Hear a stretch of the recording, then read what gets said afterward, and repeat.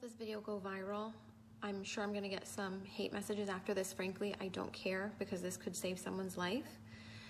I'm a nurse practitioner. I am licensed and certified. I am not on the front lines. I have a friend in New York City who's on the front lines. And for her safety, she cannot come out and say these things. So I am her voice. I'm not going to name names of people or hospitals for the safety of those involved. But this is her account, okay? I am her voice here. I'm gonna tell you what she has told me. She wants this to get out. Now, I'm sure this is not the case everywhere. I'm confident. I have friends that are in other places. They're on the front lines, they're in ICU, and it's not like this everywhere. But in New York City right now, in some of the hospitals, this is what is going on. People are sick, but they don't have to stay sick. They are killing them. They are not helping them. She used the word murder, coming from a nurse who went to New York City expecting to help. Patients are left to rot and die. Her words. She has never seen so much neglect. No one cares. They are cold and they don't care anymore. It's the blind leading the blind. Now, a couple of weeks ago, I was on with some nurse friends of mine and we were discussing different medications that could be used to potentially help people. Doctors who were reporting around the country that they were using a combination of medications that were helping people. People were not dying when they were on these medications. They were getting better. Those medications are not being used in hospitals in New York City. What is happening is that they're putting people on nasal cannula. If they require more than 6 liters of nasal cannula, they get intubated, they go on the vent, or they get trached if there's not enough vents. They don't get high flow, no non-rebreather, no non-invasive ventilation, no CPAP, no BiPAP. They're on a closed system, the ventilator, versus a CPAP or a BiPAP for fear that it will spread the virus. Which, by the way, I know a nurse in Florida who was fired for exposing that about CPAP and BiPAP and patients being put on the ventilator, like straight away to the ventilator, to be on a closed system. The patients don't know any better. They don't have family with them. There is no one there with them to advocate for them. So they are scared and they give consent. The ventilators have high PEEP, high pressure, which then causes barotrauma. It causes trauma to the lungs. Dr. Siddell, Cameron Kyle Siddell, a few weeks ago, put out a video. He's in New York City, and he put out a video saying something is not right, like we're not treating this correctly. We're doing something wrong. This doesn't make sense. They pulled his video from YouTube and they took him out of ICU because they couldn't have one doctor going against the grain, going against their protocol. The protocol is propofol or some kind of sedation because they're on the ventilator, and IV antibiotics. There's no hydroxychloroquine.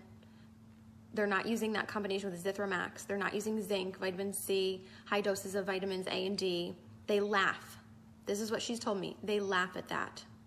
She says this is a nightmare. It's out of a horror movie, and I don't want to be a part of this. There are people who are a full code, and yet if they crash, they're not doing compressions because it will spread the virus. Full code, not doing compressions. Family is not there. They have no one to answer to. No one is being held accountable. A code was called and no one came. So sometimes they're not even resuscitating people. Again, left to rot and die. They're not given blood because we know that the blood is not oxygenated in these COVID patients. We know that. There are doctors all around the world sounding the alarms. These are the drugs that work. This is the pathophysiology of the disease. This is what's happening. And for some reason, it's not changing. Even though we know, some of us know what's going on, nothing is changing on the front lines. They stay in the same PPE all shift, except for the top pair of gloves. So 2 pairs of gloves, or I don't know, maybe more than 2, but they're only changing the gloves on the outside. Gown, mask, whatever else stays the same because all patients are COVID patients. So if it's a COVID floor, it's all COVID, but it's not because some of them are rule out COVID. So even if they rule out COVID and they're not COVID, they're going to get COVID because they're using the same PPE all shift and they're carrying that contamination to all of the patients. They're not changing their PPE. They're not going into rooms. So they're running long tubing into the room so that they can manage the tubing from outside of the rooms. So if they're not going into the rooms, that means they're not assessing the patients as frequently as you would be otherwise assessing your patients. They are not doing rapid result tests. You're lucky if you get results in 5 days. Okay, this is coming from my friend who is in New York City right now on assignment, who went there to help, and this is what she's finding. It's a horror movie, she says. Not because of the disease, but because of the way it's being handled. She said, we need help, and people are sitting there waiting in the hotels. Money, I guess, it's being paid for by FEMA, and yet they're still understaffed. And there are hundreds of people, hundreds of nurses in the hotels waiting to be called onto a shift. So there is manpower enough if the goal were to actually save people. But resources are not being utilized properly or to full capacity in a way that maximizes the patient benefit or improves the outcomes. The records and charting are crap.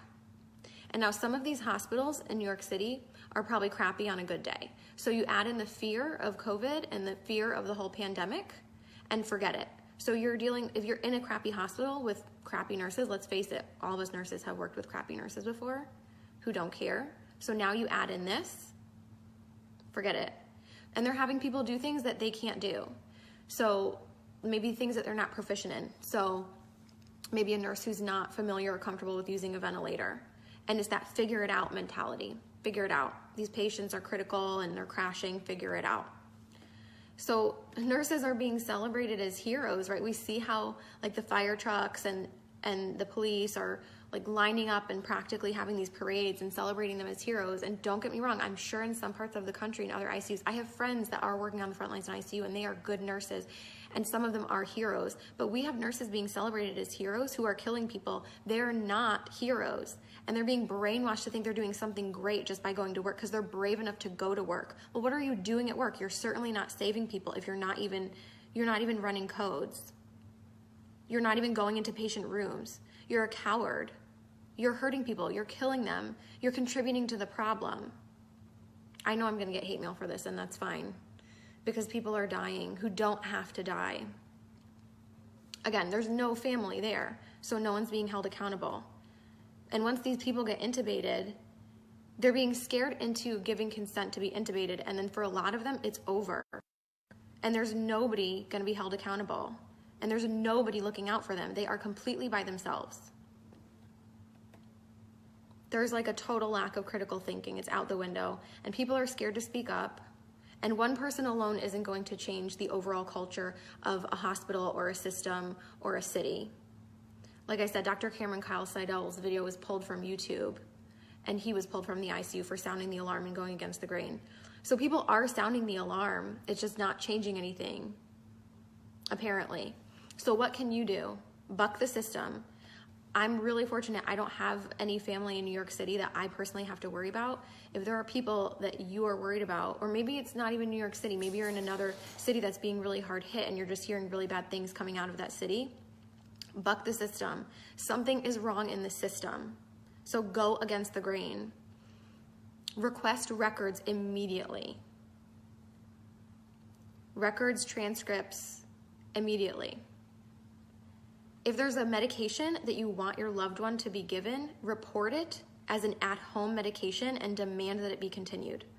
That's just a tip from inside the system. If you want a medication to be given, you've got to report that it's an at-home medication and that you demand that it be continued. Your loved one is not going to have you in there advocating for them once they go in. You're not allowed in. The only reports that we're able to get of what's going on are coming from the inside, and people are afraid to speak out. People have lost their jobs. Do not give consent for intubation if you don't want to be intubated or your loved one to be intubated. Demand non-invasive or less invasive ventilation methods. As soon as you give that consent, you might not come out of it. Now, in some cases, it might be appropriate. We just don't know. We know that it's being used inappropriately in a lot of cases, and that the ventilators are making people worse.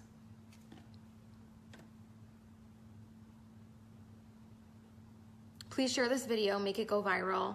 People need to know this. This is the truth of what's going on from my nurse friend who's in New York City right now on assignment.